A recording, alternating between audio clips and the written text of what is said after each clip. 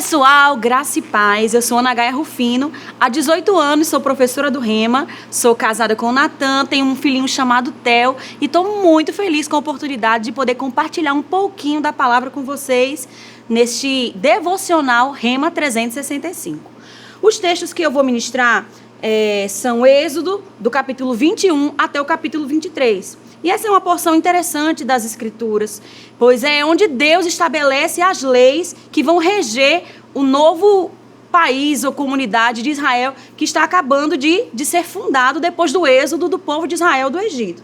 No capítulo 21, Deus estabelece leis sobre os servos, ou seja, como os patrões devem se comportar com seus servos. E aí ele lá uma lista enorme de deveres, obrigações, coisas que devem ser cumpridas de acordo com a vontade de Deus. Ele fala sobre leis, sobre violência, ou seja, se alguém agredir alguém, se alguém matar alguém, o que deve acontecer, o que deve ser feito, né, com o agressor. No capítulo 22 de Êxodo, ele fala sobre leis sobre propriedades, ou seja, o que você tem que fazer com as suas posses, se alguém roubar alguma das suas posses, o que deve acontecer. Então, Deus ele vem trazendo uma série de fundamentos para que a comunidade sobreviva em harmonia e em paz, né? Que esse deveria ser o propósito das leis. E no capítulo 23 de Êxodos, nós vemos leis sobre falso testemunho, injúria, os deveres dos juízes, uma porção muito interessante sobre o descanso da terra, o tempo em que a terra deve ser utilizada para plantar, para colher, mas que deve haver um descanso para que as pessoas mais pobres possam se utilizar ali dos despojos. E também uma porção muito interessante sobre o sábado. E eu queria que você, por gentileza, abrisse sua Bíblia no capítulo 23 de Êxodo, lá no finalzinho, e eu separei essa porção para a gente meditar um pouquinho. Diz assim: eis que envio um anjo adiante de ti, para que te guarde pelo caminho e te leve ao lugar que tenho preparado. Vale lembrar que isso aqui é durante o trajeto do povo de Israel até a terra prometida, né? Guarda-te diante dele, ouve a sua voz e não te rebeles contra ele, porque não perdoará a vossa transgressão, pois nele está o meu nome. Mas, se diligentemente lhe ouvires a voz e fizeres tudo o que ele disser, então serei inimigo dos teus inimigos, adversário dos teus adversários. Porque o meu anjo irá diante de ti e te levará aos amorreus, aos heteus, aos ferezeus. Ou seja, Deus está mostrando aqui os povos com os quais o povo de Israel iria ter que pelejar, lutar. Mas Deus disse: se você ouvir o que o anjo vai falar, o meu anjo, o anjo do Senhor enviado, e guardar as suas palavras, esses seus inimigos serão meus inimigos. Né? Ele disse um pouco antes. Não adorarás os seus deuses, no versículo 24, nem lhes darás culto, nem farás conforme as suas obras, antes os destruirás totalmente e despedaçarás de todo as suas colunas. Servirei ao Senhor vosso Deus e ele abençoará o vosso pão, a vossa água e tirará do vosso meio todas as enfermidades. Na tua terra não haverá mulher que aborte nem estéril, completarei o número dos teus dias. E aí Deus continua falando, fazendo promessas ao povo de Israel que aconteceriam se eles guardassem a palavra do anjo do Senhor, do enviado do Senhor. E a gente para pensar um pouquinho no propósito da lei, né? Deus está estabelecendo aqui os princípios da lei, mas qual foi o propósito da lei? Com que objetivo essa lei foi estabelecida? E como a Bíblia mostra claramente, a lei ela é uma sombra, ela é uma figura de bens vindouros. A gente já vai abrir esse texto para você entender um pouco melhor. Apenas no Novo Testamento é que nós vamos ter uma revelação plena do propósito da lei. Porque Deus estabeleceu a lei. Eu queria que você abrisse a sua Bíblia lá em Hebreus, capítulo 10, versículo 1. E olha só que coisa interessante. Eu não sei quantos de vocês que estão me assistindo são desta época, né? Se você é dos anos 2000 para frente, talvez você nem vá compreender um pouco essa minha analogia, mas os mais antigos saberão, assim como eu. Eu gosto de comparar o Antigo Testamento com aqueles negativos de filme que tinham antigamente, né? Talvez você seja da era já da máquina digital, que já nem existe mais. ou seja da era do celular, né, que são os mais modernos. Mas antes de tudo isso existir, existia uma câmera com rolo de filme, que ainda existe hoje em dia, mas é bem raro de se ver. Mas era bem comum naquela época as famílias comprarem os filmes de 24 poses, 36 poses, e ali só tinham aquelas 36 poses para fazer a foto. E aí a gente levava aquele filme na loja para revelar a foto.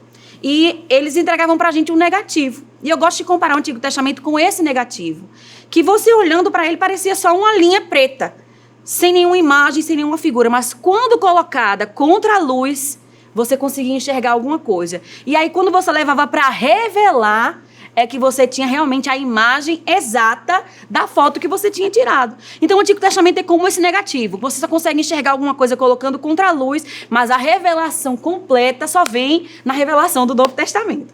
E aqui em Hebreus, olha só que interessante, diz: ora, visto que a lei tem sombra dos bens futuros e não a imagem real das coisas, nunca jamais pôde tornar perfeitos os ofertantes com os mesmos sacrifícios que ano após ano, perpetuamente eles oferecem. Doutra sorte, não teriam cessado de ser oferecidos, porquanto os que prestam culto, tendo sido purificados uma vez por todas, não teriam mais a consciência de pecados. Porque o pecado traz essa consciência, esse peso, essa condenação, né?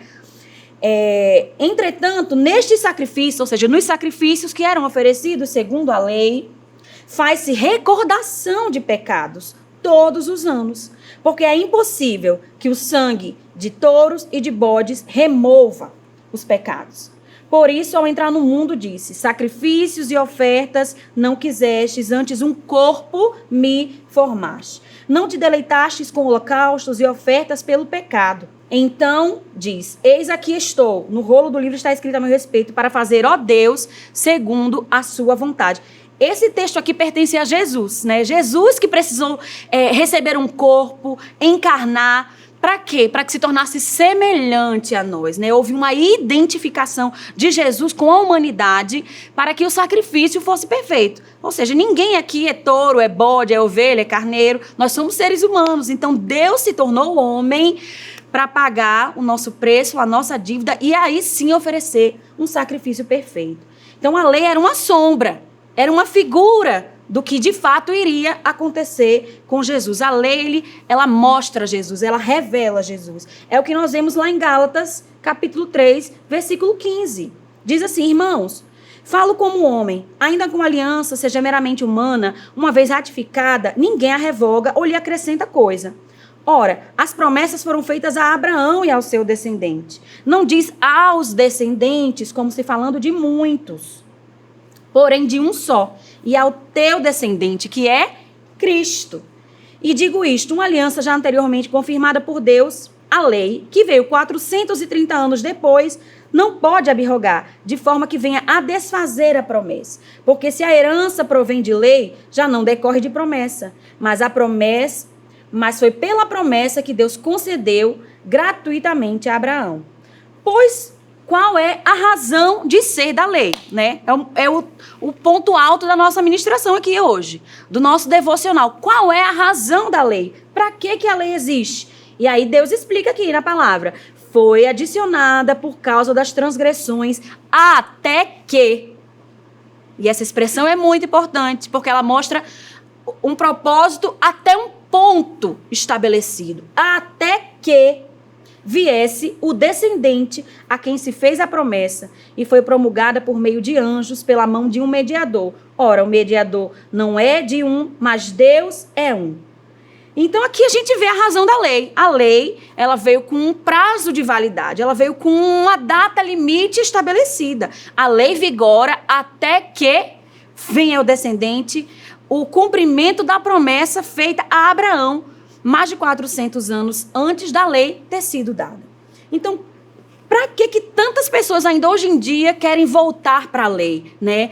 Na época do apóstolo Paulo já existia uma onda judaizante, mas a gente vê que essa onda, esse vento de doutrina ressurge esporadicamente. Por que as pessoas conseguem ainda serem levadas por esse tipo de vento de doutrina? Sendo que na Bíblia é tão claro que Jesus Cristo cumpriu a lei, né? Ele veio trazer um fim à lei. A Bíblia fala lá em Romanos 10:4, o fim da lei é Cristo, para a justiça de todo aquele que crê. Por que as pessoas querem voltar para a lei? Se está claro diante dos nossos olhos que Jesus veio estabelecer um novo mandamento, uma nova forma de se relacionar com Deus, né? Eu queria que você abrisse o seu coração para essa verdade e se blindasse contra esses ventos de doutrinas que surgem, de trazer um novo judaísmo para dentro da igreja. Não, a igreja de Cristo não precisa se tornar judaica. A igreja de Cristo precisa ser a igreja de Cristo, né? A gente encontra na Bíblia Deus falando para 3 povos diferentes. Os judeus, né, para quem foi direcionado a maior parte do Antigo Testamento. Os gentios, que eram as pessoas sem Deus, as pessoas que não tinham aliança com Deus. E aí, de Cristo para frente, surge o novo povo, a igreja.